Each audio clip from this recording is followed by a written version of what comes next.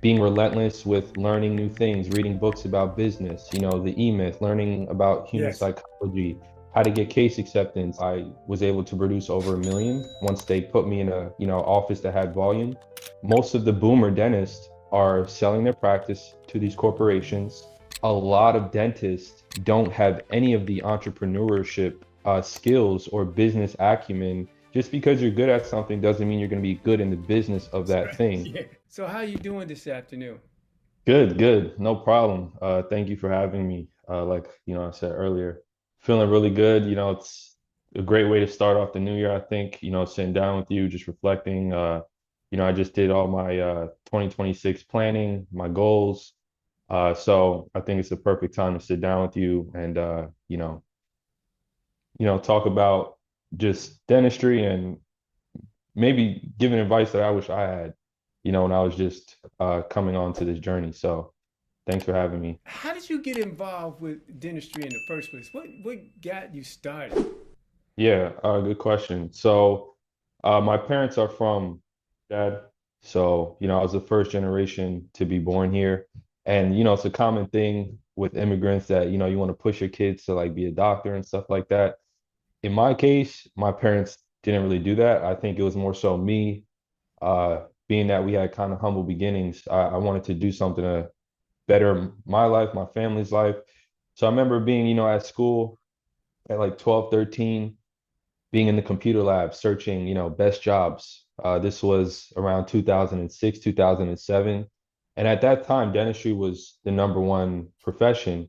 And I immediately thought to myself, oh, my dentist is pretty cool. He was a young guy.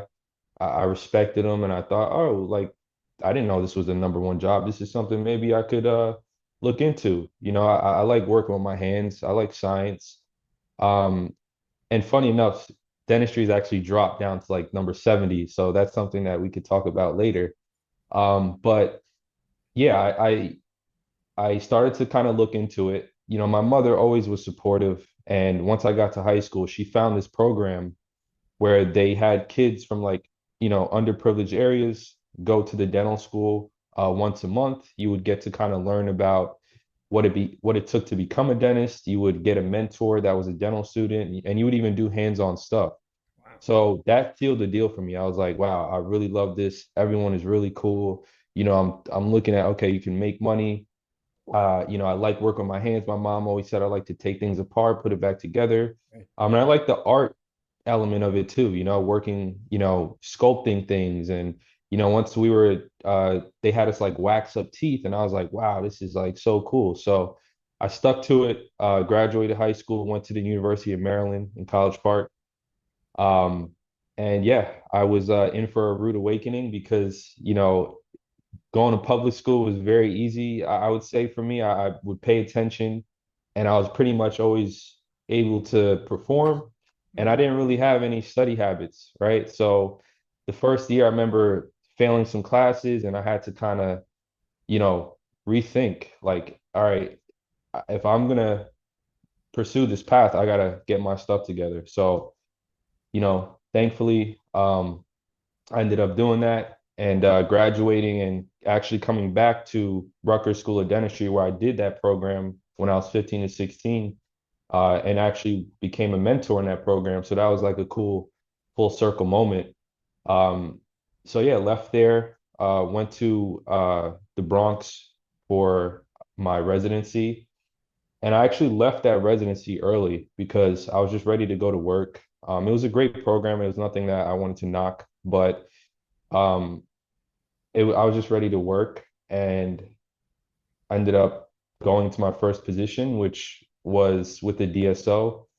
And I was crazy enough to jump into a position where it was a managing position. I was the only doctor really in the office. I had a mentor for a couple months, but then it was just me, right? So I think that's what accelerated my like learning curve because I was learning the metrics. I was, working with the front desk, working with my dental assistants, hiring, firing, dealing with like imposter syndrome, learning how to like talk to staff as someone who was only like 29, 28 years old. These Mm-hmm. people are like twice my age. So that was a great learning experience. And, eventually it clicked. And here I am today with another DSO in the Northeast, and kind of applied everything I learned from that first position, being relentless with learning new things, reading books about business, the E-Myth, learning about human Yes. psychology, how to get case acceptance, just continuing to like sharpen my tools, right? And I performed well. I was able to produce over 1 million once they put me in a, office that had volume. And that got attention from, the clinical advisory board, and they invited me to be on that. And since then, I've been, in this leadership role, creating initiatives for onboarding of new doctors. And yeah, so that's how I'm here today. So the regional dental directors, uh, Yeah, that's what you're currently doing right now, right? correct. Aside from being an associate. Yeah, so the regional dental director role is I'm an associate, but I'm essentially the lead person of the office. So,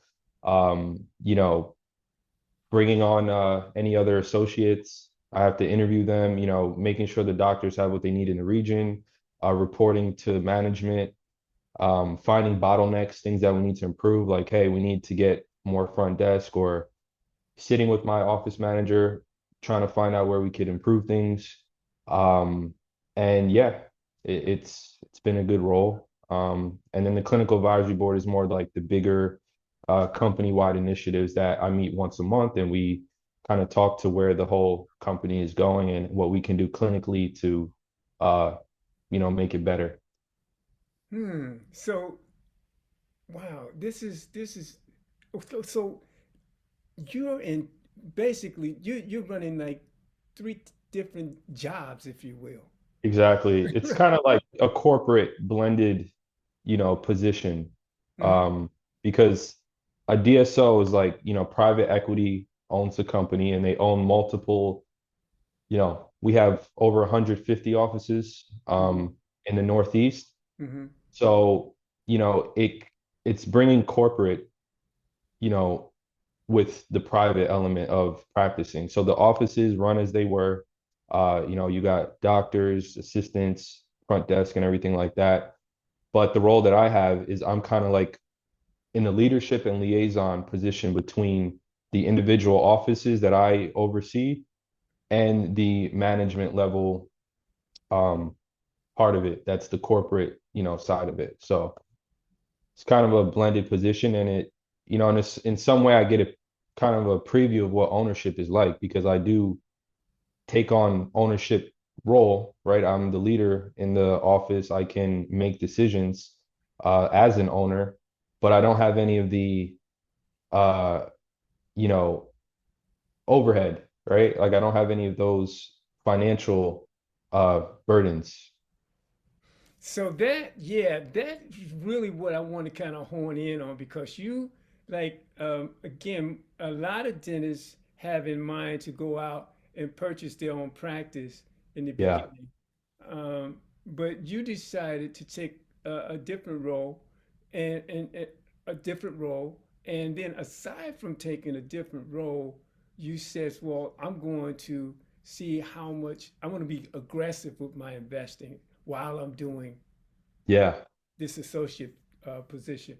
Talk to us a little bit about that and how all of that manifests, what it Yeah. changed in your thinking process. Yeah, that's a great question, Ward, and I think it's something that isn't really known to new graduates, or it's kind of new, right? Because you're seeing more influence coming from dental service organizations and private equity becoming uh, a part of the dental industry. I think the statistic is that about, I believe, 75% of dentists graduating will work for one of these companies in the future, and they're starting to acquire a lot of practices because most of the boomer dentists are selling their practice to these corporations because they didn't invest, and that's their essential like retirement, right? They sell the practice. Yeah. Um, so, I think that you should be in this type of role before you even consider going into practice ownership, right? I think a lot of dentists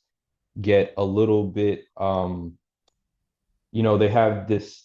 kind of dream, right? It's the like sexy thing, right? I graduate, I just want to open up my own practice and be an owner.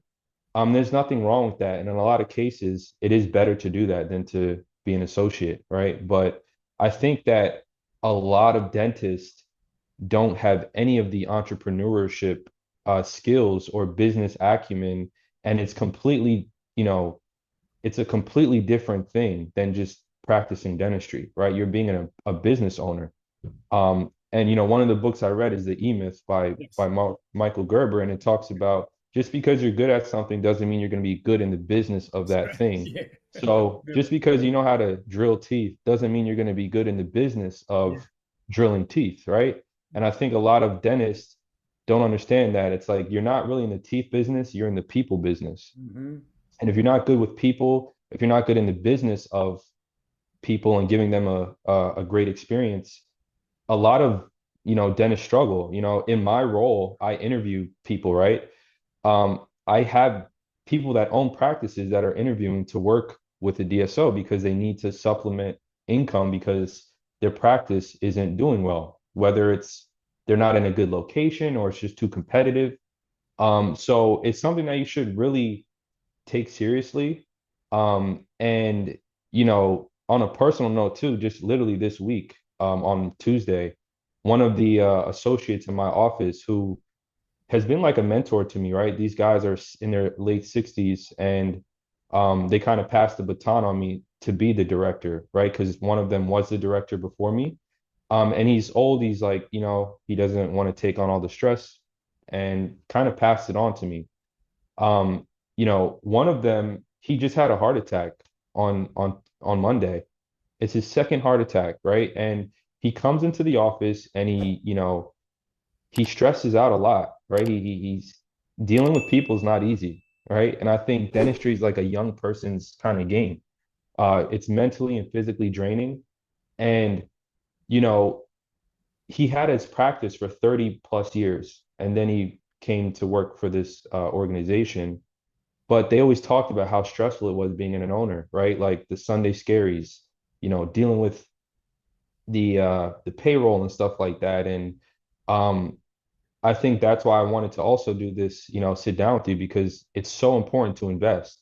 By you work so hard, you spend all this money in loans to come into this profession. You should set yourself up to not just retire early, but to be in a position where you have the freedom to do whatever you want, and you don't have to deal with stress every day, Hmm. right? I think, it's you could very easily have multiple millions of dollars by the time you're 65 if you start, investing now. And that's something that I just recently started to get into. I mean, I wish I would have started earlier, but um, but what I'm looking at now is like, okay, I've had thoughts of becoming an owner, right? I said, okay, I'm producing over $1 million. I know how to run a practice. The practice I'm at has 21 operatories, four associates, oral surgeon that comes, endodontist that comes, and we have 23 staff members. So I know what it's like to put out fires, to run an office, and it has been appealing to me to say, okay, well, I can just do my own thing, right? I can do my own thing, maybe make a little bit better margins.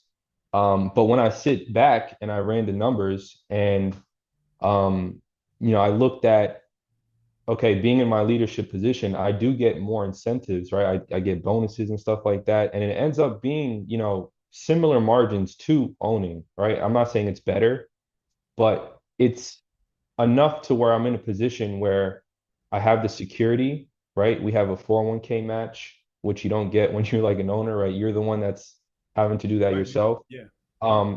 And then I just, created a brokerage account and now I'm just investing heavily to where, my plan now is to, in 7 years, before I turn 40, to be able to be in a position where I can have the freedom to do whatever I want, whether that's to cut back, um, work less days or open up a practice without the stress of, oh man, I need to cover, these expenses and I need to buy a practice that's like cheap, where I can open up a practice that is really a dream practice that I want to do, where I'm not necessarily doing it just for the money.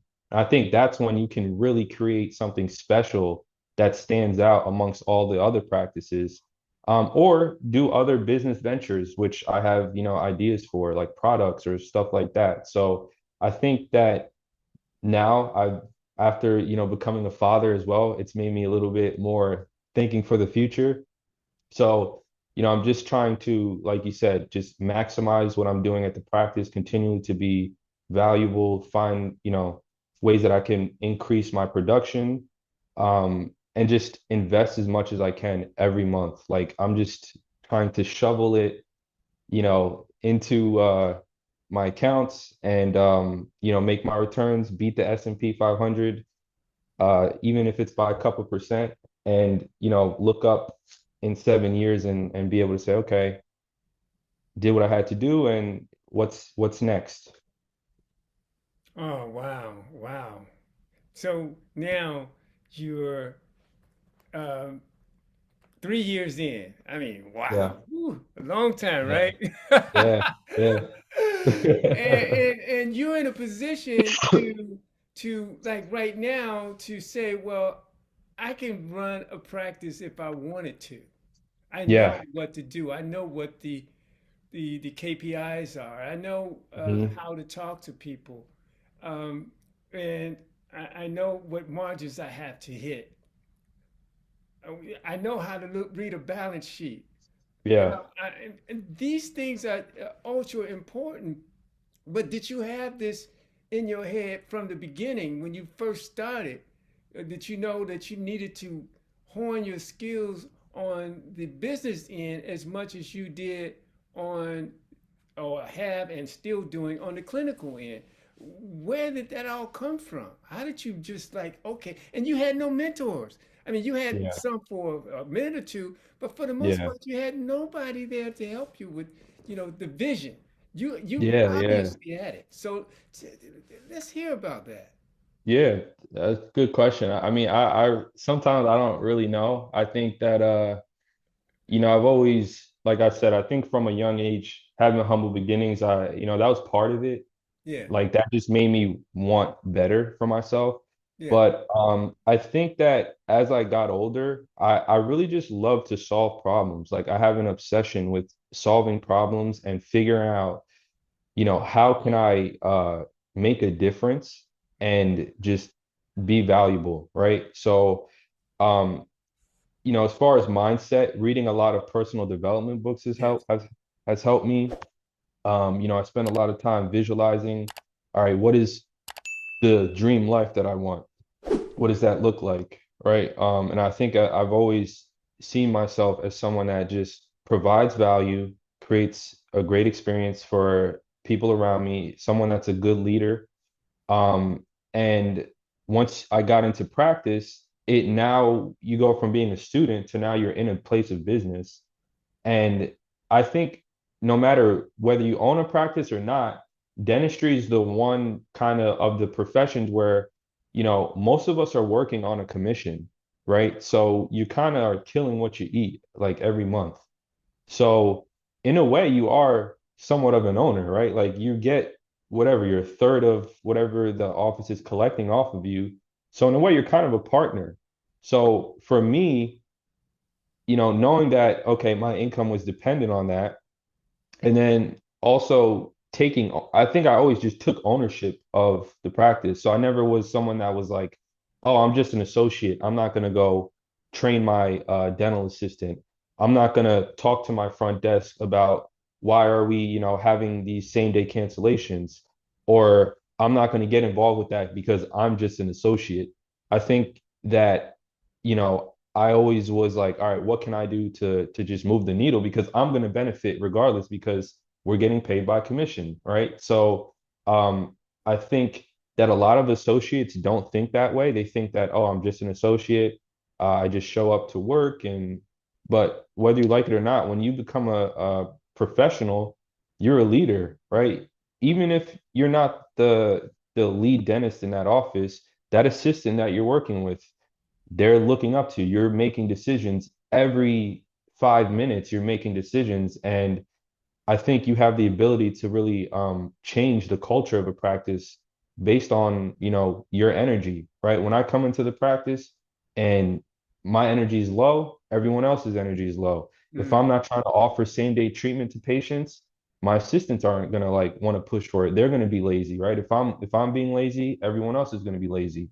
If I come in and I'm upbeat and I'm talking to, my staff and I'm invested into, okay, how was your weekend? I know their family. I'm talking to them about, their lives outside of the practice. I take out the garbage too sometimes, help them out. I do what I can to just make it a pleasant experience and a pleasant place to work.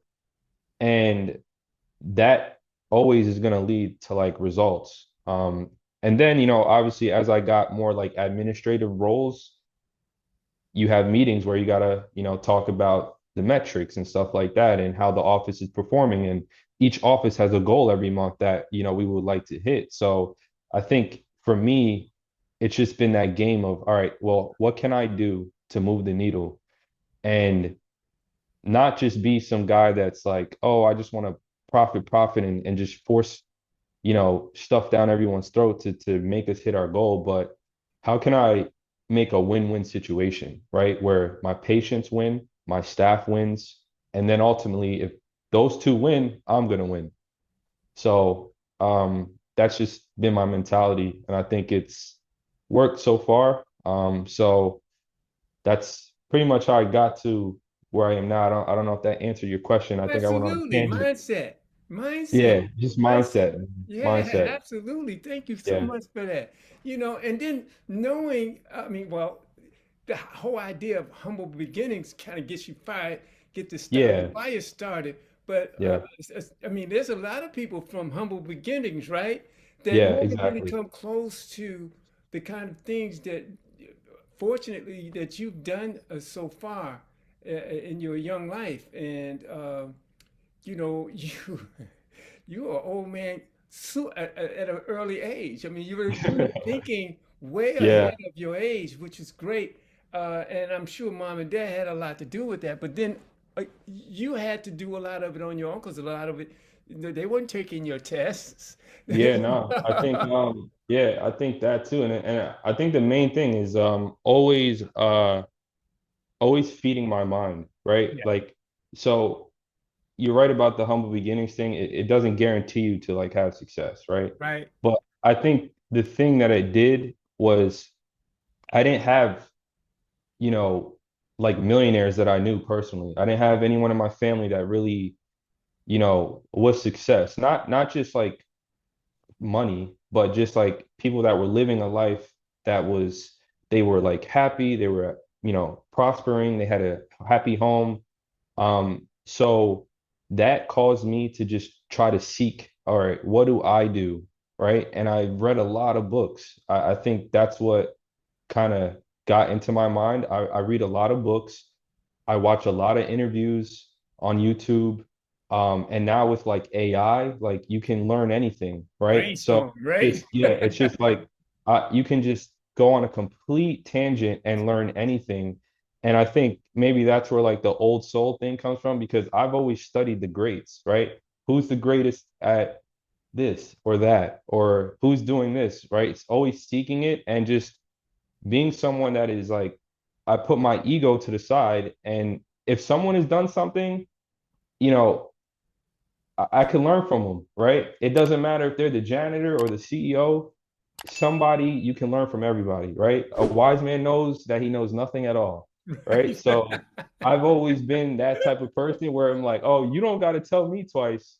Like, you you owned a practice for how long and it was stressful or you did this or you've done this before and you're telling me your experience. I always soaked everything up like a sponge, right? Hmm. Whereas most people are like, oh, shut up, I think this is the way. No, I've always tried to learn from the greats, learn from people who've been there before me, Hmm. and just being a sponge, it just information is like the it's that difference maker between where you're at and where you want to go. All it is a little bit of information that you need to change your mind.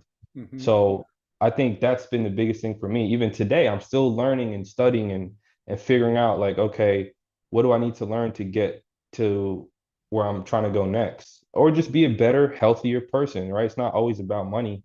And I think, you know, I kind of was drawn to you by this wealthy dentist because it is somewhat taboo for us to talk about money. And the real wealth is health and freedom, right? And what we do isn't easy on our minds or our bodies. So you need to set yourself up to be someone who has that freedom, who has, you know, shape your life exactly how you want it. So Hmm.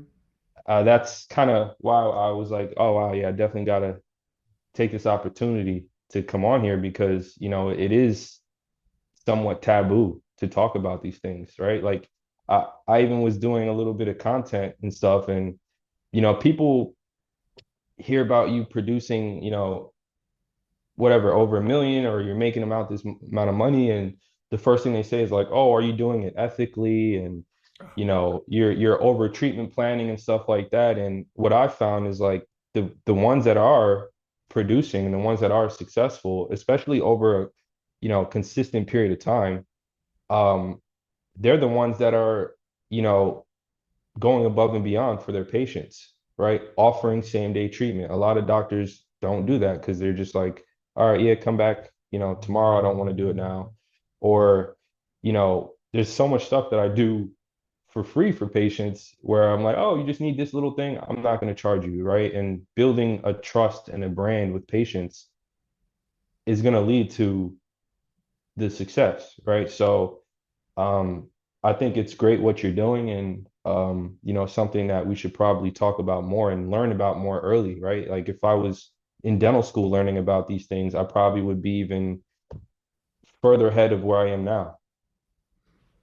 Yeah, yeah, that's I mean, just to hear that, I mean, and that's why we're here, Yeah, to help, not only the new dentists, the young dentists, or um, the resident, but we're looking to help anyone, because like you said, the wisest person is not the is the person that's basically know that they're not wise at all. exactly, You don't know what you don't know, right? exactly. And so to hear all of this wisdom, uh, obviously, the DSOs knew who they were hiring when they brought you in. And when you Yeah. go in, do you do your own hiring?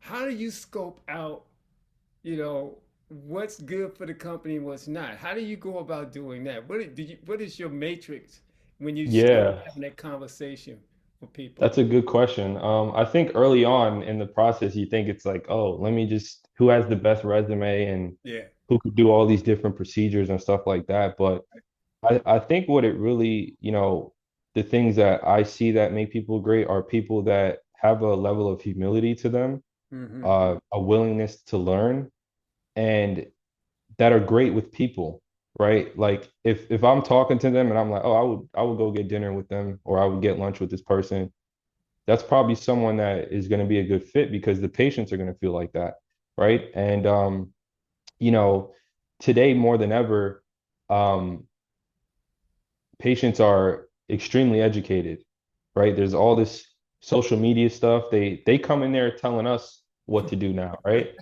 Like, oh, I saw this. You could just do this, or this, that, and the third. And um, they could also tell when you're trying to sell them something. Like, patients aren't, dumb, right? So this idea that you could just like force someone to say yes to something, I think is not real. I think patients are becoming more uh, you know, educated, and also in this economy, they're more kind of choosy with how they spend their money.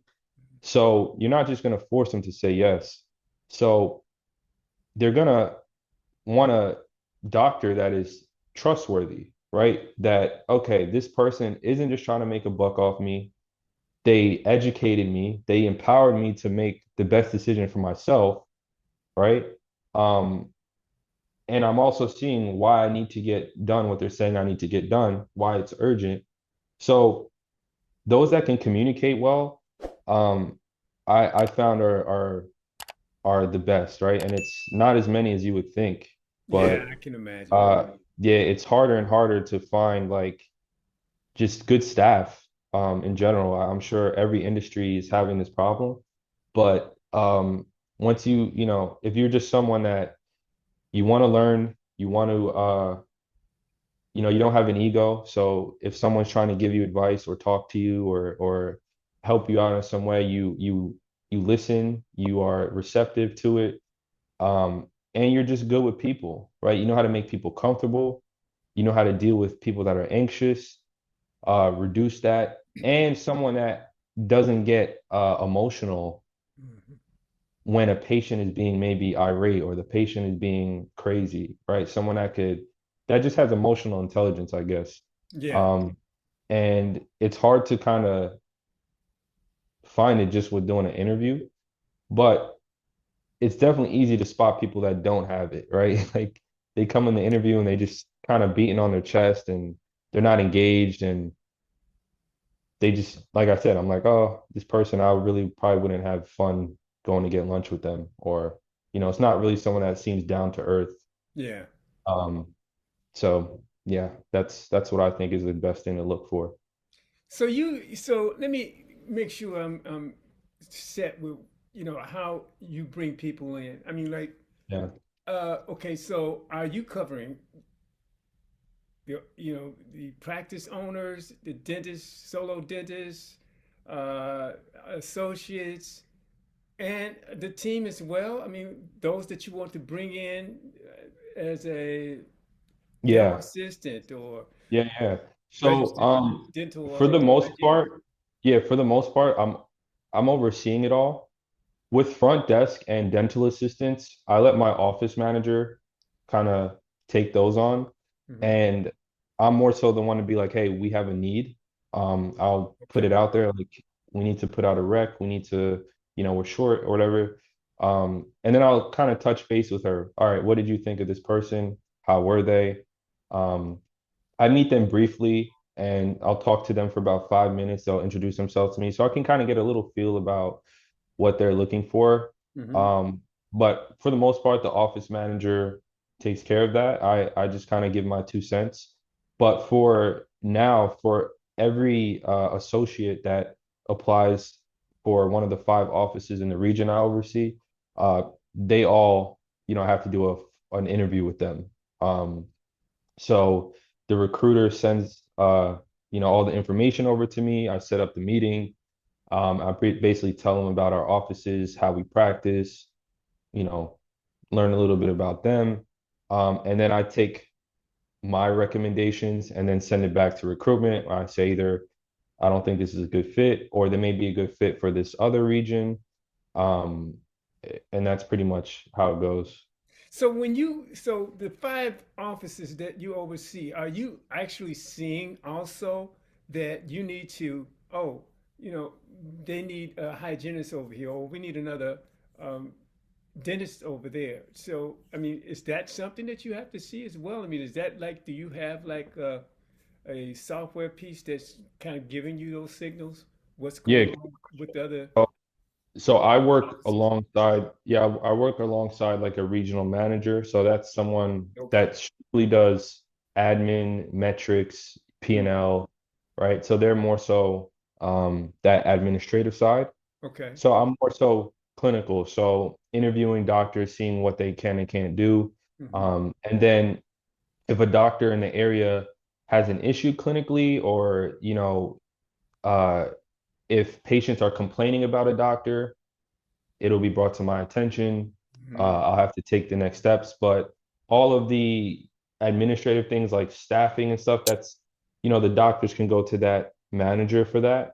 But I'm kind of aware of it all that's going on, and doctors will reach out to me if they have like, hey, our x-rays, they're not working, or we're having this type of issue with this dental assistant, or anything that's more clinical is they would reach out to me for. But it's not like I'm running all these all over the offices. place. That's what I Yeah, was yeah, trying yeah, to yeah, figure yeah. out. How, Yeah, I no, mean, I it's understand that you're going to have people that's going to assist you and exactly. make it work, but I was just saying how much Yeah, that, that is hands on. I'm like, yeah, what are you yeah, doing to keep you focused on, as you mentioned earlier, the ever so important patient? You know? yeah. So it's not as involved with the other offices as you think. It's like I maybe get a couple calls, a week about things going on, and then I'll relay it all to the manager. If there's red flag things going on, like, my oral surgeon doesn't have her CT scan. Those things get brought to my attention. If things aren't getting done quickly, I'll escalate it, to um, who I need to escalate it to. But yeah, for the most part, it's like I'm in my office, pretty much hands-on with all the problems going on in my specific office. The Okay. other offices have like, their dentists there that kind of oversee things too. But for bigger issues and clinical issues, I'm like the touch point in that region to oversee things getting done. And for new doctors to come into the region, I'm the one that would interview them and stuff like that. So I usually set those interviews up like after the workday. Um, and it's not, like every day someone's applying, so it takes time away from, everything else that I'm doing. I have to spend maybe a couple more hours a week after work to oversee things, but for the most part, I'm in there practicing, seeing patients. I have a really busy schedule. Um, so yeah, wouldn't be different than an owner doctor, right? That was working in their own office and having to do other administrative things. Like you're going to delegate some things you're going to oversee. So I would say it's a little similar to that. So, okay. So now you got the office manager, the regional manager, then it's Hmm. you. Yeah. That's how it goes. Yeah. So each office has an office manager. There's a regional manager that oversees those office managers. So making sure that they're hitting goals, administrative and financial things like collections, insurances. Like I don't do any of that stuff. Um, and then I work with the regional manager on the clinical things. So, hey, they want to hire a new doctor. Okay, cool. They send me over the stuff. I say, okay, clinically, I think this person is a good fit, isn't a good fit, um, and just give my 2 cents on that. Um, but they're the ones that are like running the reports and handling all the administrative stuff. So I don't really get too involved with like admin stuff. It's more so just if we're going to bring on someone new, I want to vet them out, let them know what our offices have to offer. And then my doctors who are working, if clinically they need anything, if something happens that's interfering with them, performing clinically, or they have like issues with patients, so like big issues, like patient wants to go to the dental board, patient had an issue with this denture, they wanted to get it remade, or it'll come back to me. I'll be the one to kind of smooth things over, right? Like we had a patient even last week who didn't really like the denture that was made or how they were treated and whatever. So I have to come in almost like a customer service, right? And Right. say, hey, it's okay, we're gonna redo it. I'm gonna accelerate it, kind of smooth things over, and just make sure that, the brand is protected, that the patient has a good experience, and those type of things. So those things happen, a couple times a month, but it's not like every day, That's great. So That's that's um, wonderful, right? That's good to yeah, hear. yeah, I don't know if I'd be able to do this if it was every day, Right. but yeah. So once once you uh once you get your part down as a clinician, um, the clinical part to me now is almost like second nature. Um, so I have the mental bandwidth to take on these other things, right? Because I feel like I've dealt with so many patients. I've always been in like a high volume type of office, so I've seen a lot of patients. Like I'm used to a very busy schedule. I work very efficiently. I have my team, right? Like we have our morning huddles. So, I'm that part of things is almost on like autopilot, Mhm. right? I'm not like stressing, oh my gosh, what treatment plan do I do for this person? So that's on autopilot. So like the leadership stuff, it's just an added time out of my schedule that I just dedicate to that. Okay. Um, but So, probably I would say it's less than an owner, right? If I own the practice, then I would have to take on like more. the financials, the taxes, the this, the Right. that. So it's not as much as, I would say that. Hmm. So I don't as worry about like, sorry to cut you off, but I don't worry about like how are we going to get new patients? right. How like, all that stuff is just coming in. Hmm. The Yeah. So as a clinician, what are some of the specialties that you do as a dentist, and Yeah. why did you choose them? Great question. Um, so every practice is different, right? And I saw like, one of the things you mentioned is like what are some of the challenges within the dental industry? I think the main overarching challenge in dentistry is that dentistry operates more as a trade than it does as a profession. Mm. And when I say that, I mean that it is less standardized, more like decentralized and more privatized, right, than other healthcare fields. Like if you go to the hospital, you pretty much know what you're going to get. You're going to Yeah, wait, it's not you're like going to go yeah, through the triage, you're going to wait for a I see. specialist to come in the room. Like, okay, they usually have insurances all mapped out. Someone comes in, they're not trying to like get you to accept case acceptance, right? It's like either you're gonna die or live. So you're not like thinking about, oh, is I need to get a second, third, fourth opinion.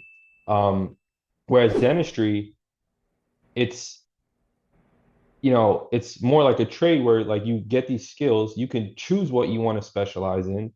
Each office chooses their business model, and then each provider has like their own philosophy, right? Some dentists may say, I don't really think that root canals are have the best prognosis, so I'm gonna only always recommend an implant.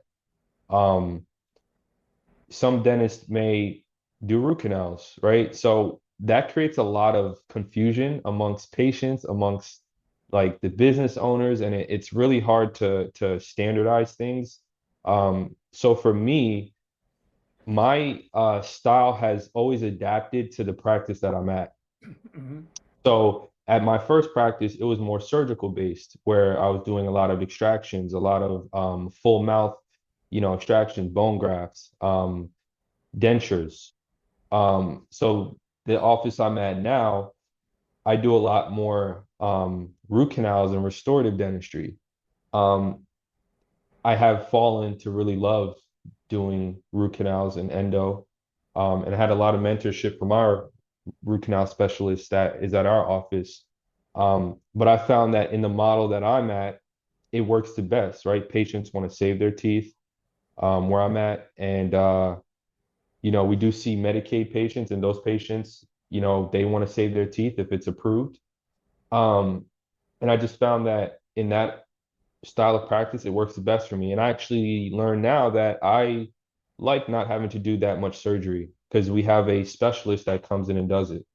Um, so that's how I chose to specialize in root canals and doing like molars and stuff like that. Hmm. Um, I also do overdentures, so like implant supported prostheses, um, your bread and butter crown and bridge. I do some kind of more extensive cosmetic cases where patients are getting like a makeover, if you will. Um, but that's what really I specialize in. I don't really place implants myself. I do restore them. I do work with my oral surgeon to treatment plan and finish the case. But really like bread and butter stuff, root canals, crowns, bridges, restoring implants, nothing too out of the box. And I think that's what dentists should know too. Like you don't really need to do crazy, stuff like pulling out all teeth, placing 8 implants, and you Right. don't really have to do that to quote unquote be successful. Um, Mhm. you know, so Yeah. So what is your 5 year plan? What do you plan to be in the next 5, 10 years or so as you oh run yeah, your business? that's a good question. I'm trying to be more like open-minded with that at this point in my life. I feel like I've always had a 5-year plan, and I kind of try to just think about less about the how, like how that looks. I mean, less about how I'm going to get there, but more about how it looks, right? So I would like to put myself in a place where I am, have more financial freedom, to either keep practicing how I am in the same style or do my own thing, um, spend more time with my family, right? My son. Um, and that's something that I think is very important to me. And then I think, you know, at the 5 to 7 year mark, being able to also, take on ventures that I think could have even a larger impact than just the patients that I'm seeing. So whether that's like through products in the oral healthcare space, or whether that's through, I don't know, starting and scaling up my own offices and my own model. But just, I think being more in an entrepreneur seat, but exactly how that looks, I'm not trying to like, um, you know, keep me stuck in one type of mold of how that will look. I'm trying to, see what my day to day would look like, which is, like I said, just being more free, spending more time with my family, um, financially being in a position to take opportunities that I see or act an idea that I have. Um, and yeah, so that's why now I think I'm just, trying to, like I said, invest heavily, and just keep my head down and do that for the next 5 years and look up. And I think when I look up, I hopefully will be in a place where I have options. And I think that's what I want because I think when you have options, you are better able to find purpose, right? Than to be confined to, oh man, I really have this great idea, but I can't because I need to work to put food on the table. So I think that's why this idea of creating wealth is like important because you can be more aligned with your purpose and have your heart and your mind on the same path and just do things that I'm like ultimately passionate about. That's the place that I think we all want to get to where we ascend the idea of needing or we ascend the idea of money itself, right? Where it's just like I wake up and I do something I'm passionate with people that I'm passionate about. And from that, we create something special that the world can benefit from. So with that, can you tell me a little bit about your family? How did I mean, where did you meet your wife? How Oh long yeah. how long have you all been together? And how old is the baby? I keep getting this. I The gotta listen. baby is he's 8 weeks. Oh So wow, he's literal brand new. new baby. Brand new. Yeah, yeah, yeah. Wow. So um yeah, great story about how I met my wife. So we had some mutual friends. This was after I was still in residency at the time. And you know, one of her friends was interested in my friends. So she ended up setting up a meeting between us all. But the whole time I was like interested in her. So, at the time, we were talking a little bit, life got in the way. I ended up dating someone else, she was dating someone else. Um, I graduated, I was practicing, living the bachelor life. I was like, all right, I'm a doctor now. I got all this time and freedom. And in the recent years, when I decided to get more serious, we've always been friends throughout the process. And I think that's something that's really important. I think having friendship in your relationship is really important because it was built on us just being friends. Like, if she, needed help with something, she'd reach out to me and vice versa. And we always kept in communication, always uplifted each other. And, within the last year, once I actually transitioned from that first office to the office and company that I'm with now, I decided to get more serious. I cut out the distractions. I stopped really dating. I stopped going out. I just really was focusing on how can I be better at my profession, right? Learning new things, studying, reading the books. And it just so happened at that time that she also got out of a relationship. It was like my birthday. So she reached out, we got together, and from there, kind of the rest is history, Wow. and she's been a paramount part of my recent success, right? So we've been actually dating officially for like 2 years, but we've known each other for about 6 years. Mm. Um, and once we decided to date, it was fast. I mean, I was like, we traveled. I met her parents. Like me and her parents got along really well. She got along well with my parents, and we've been dialed in. Like we have meetings every month. I think that's something important too. We Wow. have finance meetings every month about, okay, what was our expenses this month? What money do we have left over? You know, always collaborating, always, she's always been someone that has um made sure that, okay, hey, let's not do this. I'm gonna cook, right? I'm gonna make sure we could do this so we can save money here. Um, someone that's just always been a great partner, and has the same like vision and goals.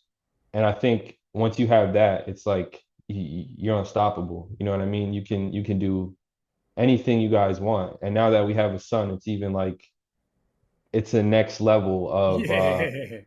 Yeah. power and accountability and Yes. responsibility.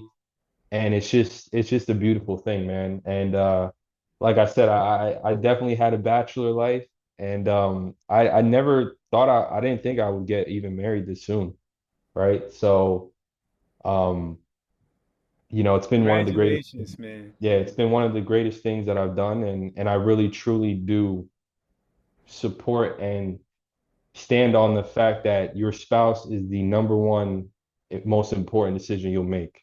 That's Uh, right.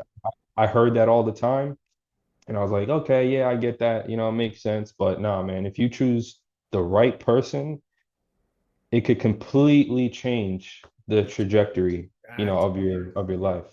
totally agree. Totally Yeah. agree. So now, is she in the same business or is she doing something different? She's actually in pharmaceuticals. Okay. So now she's on leave because we had the baby, but Right. she does regulatory affairs. So basically, she's the one that is the last stop before they send stuff out to get approved, by the FDA and stuff like Yes. that. Yeah. So it's a really stressful job too. She has to be on like top of everyone, every little detail she has to make sure is like, good. And she's like that with us. She's like on every little detail. Sometimes like I'm the guy that wants to go, go, go, go. Like I'm the visionary. Like this is where we need to go. And then she's like, all right, slow down. You need to read the fine print, relax. You missed this, Yep. right? So it's good that, she has that kind of Yeah. mind because it helps me kind of slow Team. down. Yes. Yeah, yeah. Totally get it. Totally get it. Wow, this has been. Is there anything else you want to share with us? We talked a little bit about a little everything, but is there anything else you'd like to share with us before we sign off? Um, I think, we touched on a lot, and And we just scratched the surface. I know yeah, that. yeah, exactly. I could talk all day, I talk a lot. Appreciate it. Yeah, but to anyone watching, especially the if anyone is a younger new dentist or whatever it is you may be in, I would say just, think for the future. Um, like I said, make sure you're spending your energy with the right people, not just in your relationship, but in your friendships. And just, why not explore your fullest potential and try to reach it. I mean, I think we're all trying to do that, and I think it's a challenge every day. And I think that ceiling keeps going higher and higher. And I think it's a dangerous place to be, kind of where you're just settling and just accepting, you know, your life as it currently is, because I don't think there is such thing as being able to stay where you're at. You're either elevating or you're going to the opposite direction. So Mm. just keep trying to learn, know that, like, I would also say this too, with social media. As a dentist, it could be very discouraging because you see a lot of dentists saying that, oh, it's not worth it anymore, it's too much loans. And then on the other hand, you have dentists who are like super, super hyper doing celebrity smile makeovers, and it seems like that's unattainable. And then it seems like over here everyone's telling you that it's tough, and you're like, it is tough. And sometimes you get caught in that gray area. So I don't know if you hear my son there, but No, yeah, yeah. So I would just say, don't get discouraged and know that you can make whatever you want of this career. Um, so yeah, that's really it. so and the last little thing, you said in the beginning when you first got involved with dentistry, it was like what in the top five, top seven, or Top whatever. one, yeah, it was the Top one, number okay. one. So top Yeah, one, and when you were done, it was in the 70, number 70. yeah. It's around like 70 now. Yeah. Oh, oh, okay. And so, Um, what were some of the positions that you saw in the top five? You remember? yeah, I think at Just that out of time curiosity. it was dentist, orthodontist, so that was another dental profession. Yeah. Um, Anesthesiologist, Hmm. uh, other medical stuff. And then as the years went on, it became more like computer Yeah. based. Yeah. Tech And then stuff. now I think the computer programming stuff is down too, because AI, a lot of people, Oh yeah, it wiped a got lot of people out. terminated and stuff, because now the computers can code for you. Yeah. Uh, so yeah, it's always changing. Yeah. But yeah, it's changed a lot. And I think it has to do with, like I said, the baby boomers retiring and the corporations becoming involved, and people, taking out more and more loans and feeling less prepared, right? So like there's some people that graduate now at some schools where they only may have done one or two crowns. And it's like now they're out here, the job market is more saturated, so it's Yeah. harder to find positions. Yes. Um, so I think that's why it's dropped, a lot. But the more you know, the earlier you know, right? If you're someone that's like a dental student watching this, that's perfect, right? Like you should be thinking ahead. Mm-hmm. Mm-hmm. And Mm-hmm. that way you'll set yourself up. Mm-hmm. Dr.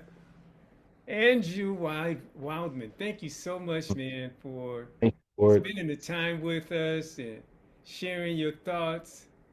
Uh, uh, much, much, much more success for you, your young family, and your business as you are moving through your journey. Thank you again for spending the time. Really appreciate Yeah, it. thank you so much, Ward. The Wealthy Dentist podcast is built on connections, opportunities, and meaningful conversations that help jumpstart careers and boost the ROI on your business. Is there a topic you're passionate about or someone in the dental community who should share their story with us? We want to hear from you. Email your suggestions to the Wealthy Dentist Podcast at gmail.com, and let's create content that informs, inspires, and uplifts the dental world. Your ideas could spark our next big conversation. Let's make it happen. I'm Ward Powell, your host at the Wealthy Dentist Podcast, thanking you for being a part of our journey.